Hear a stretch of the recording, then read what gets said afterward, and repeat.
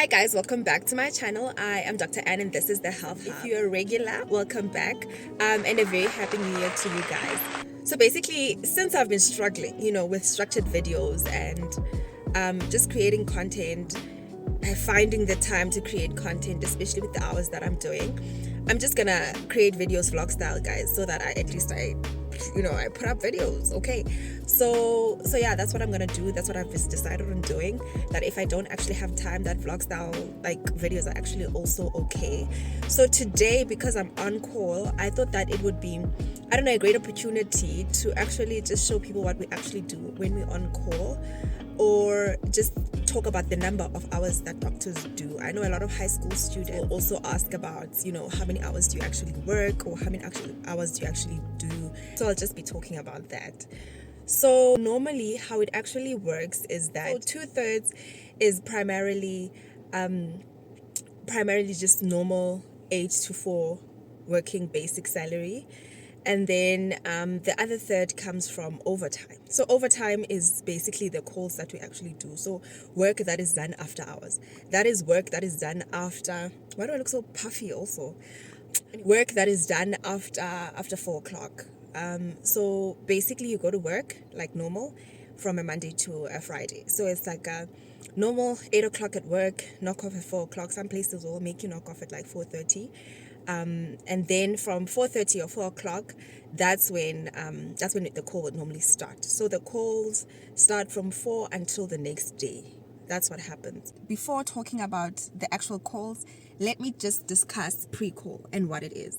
So pre-call is basically time that's given for you to go rest just before the call. Some departments will allow you to have pre-call, and some departments don't really have pre-call. So you're expected to be working throughout. So likely for us, departments like casualty, things like that, like departments that are like normally busy will have pre-call.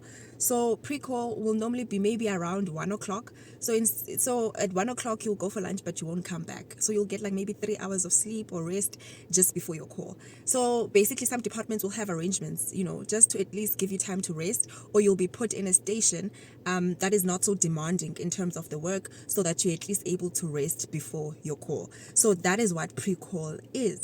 And just also to note that not all departments, it varies with hospital, with department. It's basically an interdepartmental arrangement, right? So that is what pre-call is. And then the call will start at 4 o'clock. So according to our contract, we're meant to be doing 80 hours. So it's 80 hours of capped overtime.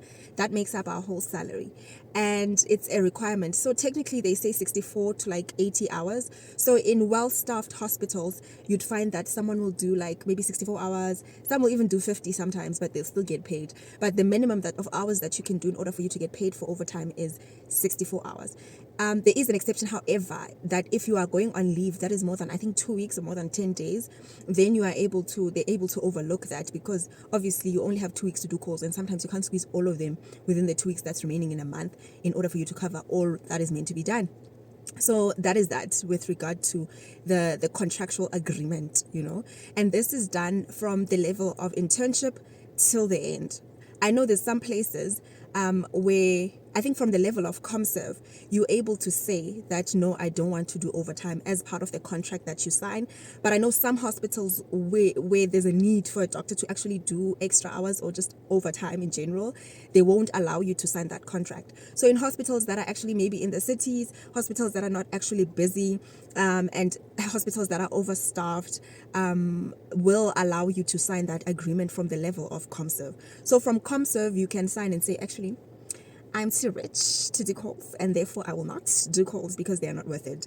And then what will happen is that you will get your normal like basic salary, and you won't get your full salary, unfortunately. But with some people, calls are just stressful, guys. Like, they're just super stressful and super annoying.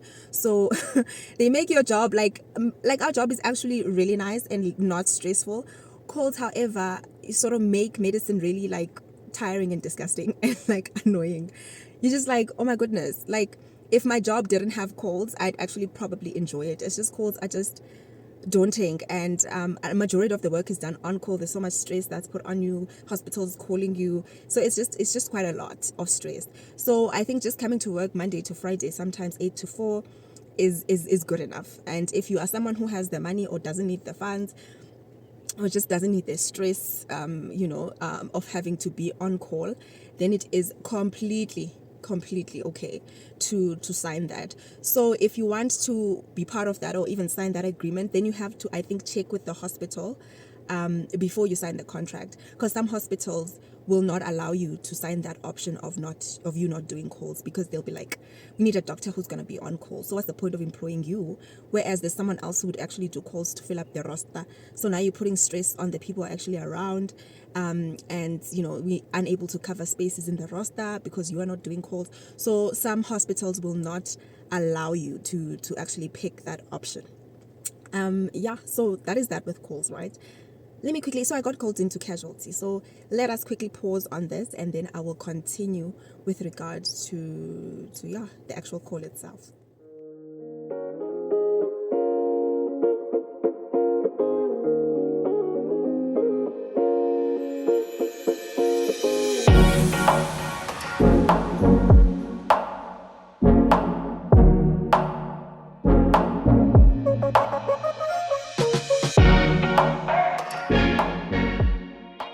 Okay, so let's quickly talk about what you actually do on call, ne?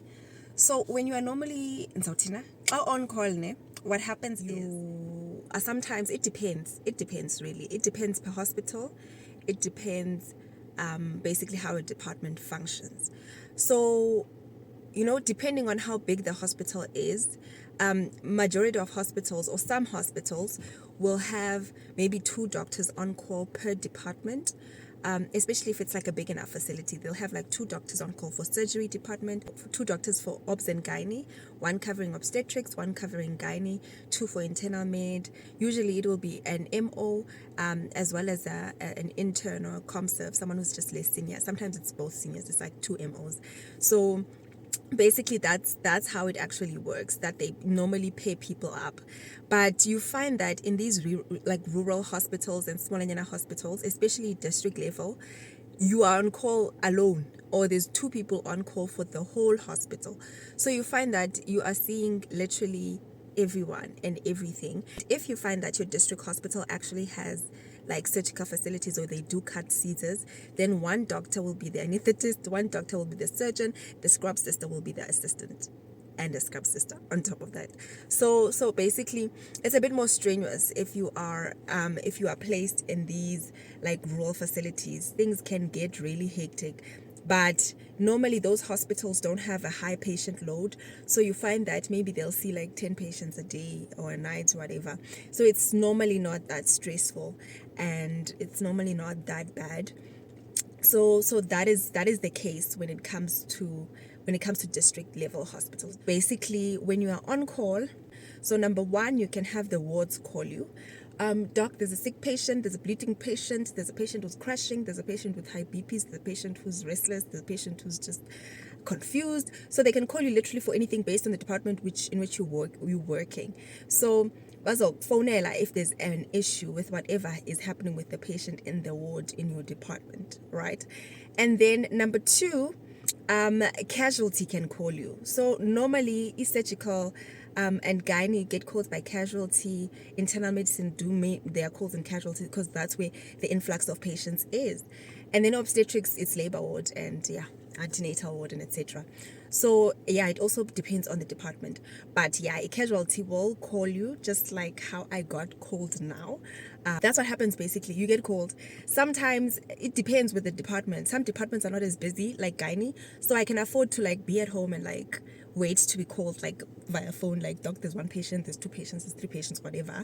But if you are on call for departments like internal medicine, like, patients just keep on coming. Majority of the patients, like 80%, are internal medicine patients. So basically how the hospital functions basically varies based on the level, based on the staffing, based on availability of facilities in terms of theater, and all of those things. So there's a lot of things that play a role in what is actually done on call.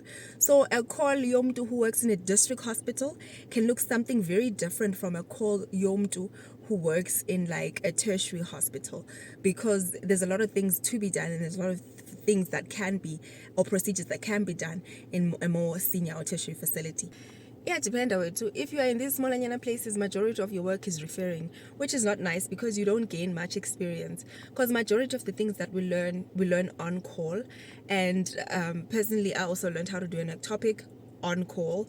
Majority of ectopics I've ever done in my whole entire existence, I've done on call. So basically, when you're on call, that's where the gist of the medicine is. That's where you see the rush cases. That's where you're intubating, you are resuscitating.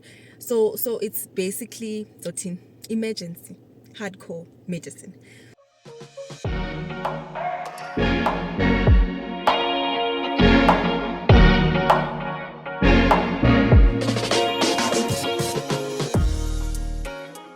Even though calls are like not so nice and everyone doesn't like, it's the worst part about our job, but calls are actually very necessary in terms of you acquiring skills, in terms of you just getting better at procedures. Like where I learned to put up most CVPs was in the internal medicine wards, in those dry patients. That comes with you being called at night and you struggling for like 5 hours to put up a drip, and eventually, having to learn how to put up a CVP. So in saying that, yeah, calls are important. Yeah, they are, right? So that is that with regard to calls. So what basically makes up the whole 80 hours is normally 2 weekends. And by weekends, I mean either a Saturday or Sunday and 1 weekday. So a weekday can either be like a Monday, anything Monday to Friday, right? So most people, in order to just ruin the whole entire weekend, will do a Friday, Sunday, or a Thursday, Saturday, so that they just, when your weekend is just ruined, you so much just like get it over and done with. The days of the month in which you do your calls matter, especially with surgical calls, because 15th, 1st, pay days basically. 15th, 1st, 31st, 30th, those days are hectic. Or public holidays, those days are generally very hectic, and it's either you can see that as an opportunity for you to learn, or you can somehow like avoid it so that you can rest. So yeah, I'm parked in the streets. So that's the gist in terms of call picking. Let's get to post call. So what post call is any time after 8 o'clock, because technically that's when your call ends, at 8 o'clock the next day. So anytime after that, that's technically your post call. So what happens during post call? Post call is normally for handover. So basically, handover can be in the form of either ward round, where you round with the consultant or senior doctor to show them the patients that you saw overnight, the treatment that you put the patients on, things that were done, and etc., so that everyone is aware of these patients. Or it can be in the form of a meeting. So some departments, a patient will be discussed in a meeting, and you will say, I saw this patient, or I saw however many patients, and I admitted maybe this amount, and that you have to discuss the ones you admitted in terms of you presenting them. So you have to present that I admitted a 40-year-old primigravida, or 40-year-old male hypertensive on treatment, blah, blah blah blah. Basically that's what you do, and then you say your assessment, why you admitted, and the treatment that you put the patient on, the investigations. If you have results, you somewhat talk about them there and then whoever is going to be rounding in the ward will see those patients. Some departments will, after you having had the meeting, you still have to go around with the consultant, so that if there's any alterations with the management, the consultant is able to do that. So that's what normally happens during a handover. And then maybe that the consultant is going to add, or the senior doctor is going to add. Then after you've done the round, you will have to do it won't work basically.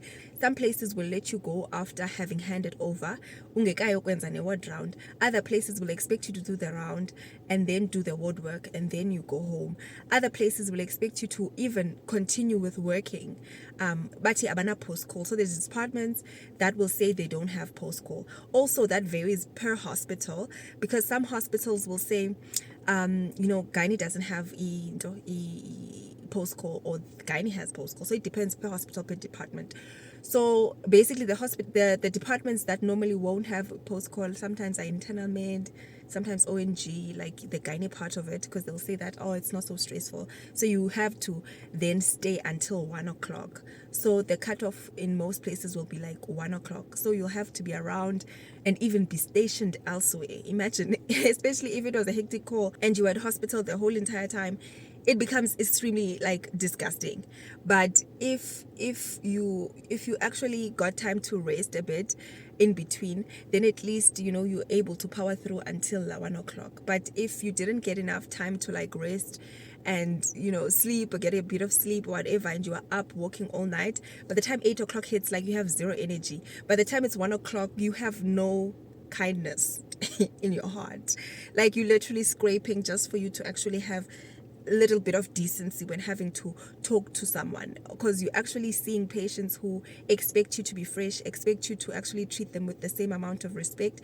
But if you are like exhausted, like to capacity, then it's just like, are you really doing your patients justice? So there's also issues of, is it even safe for you to drive home? I know in the cities, people have to drive like 20 kilometers, 30 kilometers to wherever they stay, which is away from the hospital. Like, tell me if it makes sense to you to come to work, and then from 8 o'clock, 4 o'clock, your call starts, especially with departments that don't have pre-call. From 4 o'clock, you're seeing patients throughout the night, operating throughout the night. In the morning, you have to hand over. After handover, you have to do ward work. After ward work, you're stationed wherever it is that you are stationed, maybe GOPD, maybe MOPD. And then at 1 o'clock, you're expected to go home. Like, how are you expected to like function with that amount of hours of you just being like awake? So it's just not nice. It's really not fair, and it makes absolute zero sense, because if you calculate those hours, it's a lot. It's abnormal for any human being to be awake for that long.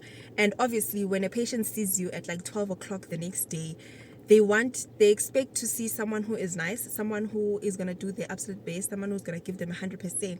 And by that time, you're running on like 3% battery life. So that's how the whole system is set up. That's how it is. So that's why it's I think if we are actually put in senior positions, it's important for us as doctors not to continue this tradition of normalizing someone to be awake for that long, and you can do this if ever you are put in a senior position, by allowing at least the doctors on call to get pre-call, allowing them to get post-call at least by 10 o'clock, so that at least after handover and etc. that they're able to go home and rest, because it's really, really not normal. It's not right. So I think that's the only thing. Like, by the time it's 1 o'clock, guys, you feel like you've been hit by a train. Like, I don't know how to explain the post-call experience. Like, you feel like you were out clubbing. Like, if you've had alcohol, drank alcohol in your entire life, how you will feel after 36 hours of being awake is you feel like you were drinking all night, and you weren't only drinking, but you were also like dancing like quite a lot, and on top of that, after dancing like quite a lot and drinking, let me go park elsewhere, this is just annoying, and after drinking a lot, let me park here.